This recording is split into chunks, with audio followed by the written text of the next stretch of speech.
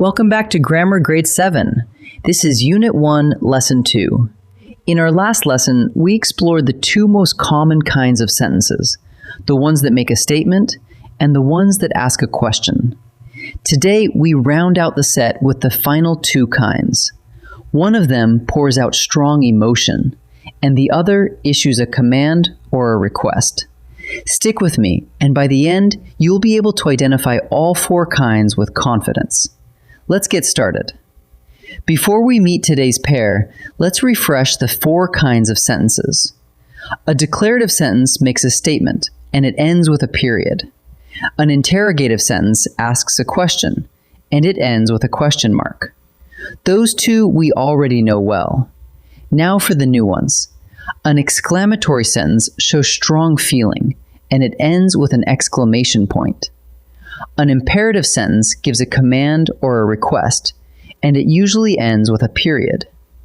So today we tackle kinds 3 and 4, exclaiming and commanding. Let's take them one at a time. Let's begin with the exclamatory sentence. The name comes from the verb exclaim, which means to cry out with strong emotion, such as excitement, shock, or delight. An exclamatory sentence always ends with an exclamation point. Listen to this one. We made it to the finals.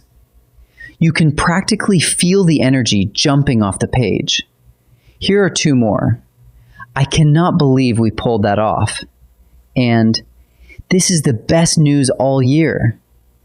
Every one of them overflows with feeling, and each one ends with an exclamation point, that tall, urgent mark that signals emotion. Now the imperative sentence. An imperative gives a command or makes a request. In other words, it tells someone to do something. Take this one. Bring a jacket to the game. It's directing you to take an action. Imperatives can sound firm, like a command, or courteous, like a request. Please silence your phone is a polite request. Meet me by the front doors is a plain instruction. And notice how they end. Most imperative sentences end with an ordinary period. Here is what makes imperative sentences special, and it's a bit of a grammar mystery. Every sentence needs a subject, the who or what it is about. Yet an imperative seems to have none. Consider the sentence, finish your homework. Who is supposed to finish it? You are. So that missing subject is the word you, but we simply do not write it. Grammarians say the you is understood. When the speaker really means you finish your homework, that understood you is always there, even when it is invisible. That hidden subject is the fingerprint of every imperative sentence. Now, one wrinkle worth remembering. Most imperatives close with a period, but a forceful one can close with an exclamation point instead. Compare these two. Water the garden this evening is an everyday instruction, calm and unhurried. So a period is all it needs. But get down from there right now is a command shouted in alarm, and that jolt of urgency earns an exclamation point. Both sentences are still imperatives. Both still carry that understood you. The only thing that changed is the intensity behind the words. Calm command, use a period. Urgent command, reach for the exclamation point. Here's where it gets tricky, because both exclamatory and imperative sentences can end with an exclamation point. So how do you tell them apart? Ask one simple question. Is the sentence ordering someone to act? If the answer is yes, then it is imperative, a command. Grab the rope is telling you to do something, so it's imperative. But if nobody is being told what to do, and it is simply overflowing with emotion, then it's exclamatory. What a spectacular finish! Commands no one. It just bursts with feeling. So run the test. Does it command someone? Imperative. Is it pure feeling? Exclamatory.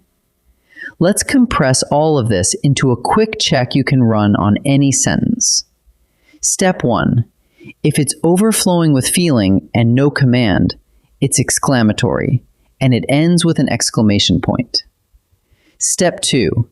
If it tells someone to act, it's imperative, and it ends with a period, or an exclamation point when it's urgent. And a handy clue: look for that understood you hiding at the front of every imperative. Feeling only or a command? That's the whole test. Ready to try some together? Time to practice. In this first set, every sentence is either exclamatory or imperative. Read each one and ask yourself, is it giving a command or simply bursting with feeling? Pause the video and decide before I reveal the answer. Hand your permission slip to the coach. Is this a command or pure feeling? It's directing someone to do something, to hand over the slip, and its subject is an understood you. That makes it a command, so the answer is imperative. What an unbelievable comeback that was. Is anyone being told to do something here? Not at all. This sentence is simply flooded with amazement, and it ends with an exclamation point, so the answer is exclamatory. Kindly return the books to the shelf. The word kindly makes it sound gentle, but it's still asking someone to carry out a task. A polite request is still a command, and the subject is an understood you, so the answer is imperative. In this second set, each sentence is missing its end mark. Decide whether it needs a period for a calm command or an exclamation point for strong feeling. Pause and choose before I answer. That was the most amazing catch I have ever seen. Listen to the excitement packed into that sentence. It's overflowing with feeling, which makes it exclamatory, so it needs an exclamation point. So the answer is the exclamation point. Please recycle your bottles after lunch. This is a calm, courteous request that tells someone to do a small task with no burst of emotion behind it. It's a quiet imperative, so a period is the right fit. So the answer is the period. Watch out for the wet floor. This is a warning called out in a hurry to keep someone safe. It's a command, but a forceful, urgent one, so it takes an exclamation point rather than a period. So the answer is the exclamation point. Let's wrap things up. An exclamatory sentence exclaims with strong feeling, and it always ends with an exclamation point. An imperative sentence gives a command or a request, and its subject, the word you, is understood rather than written out. Imperatives usually finish with a period, but a forceful one can take an exclamation point. And with that, you know all 4 kinds of sentences: declarative states, interrogative asks, exclamatory exclaims, and imperative commands.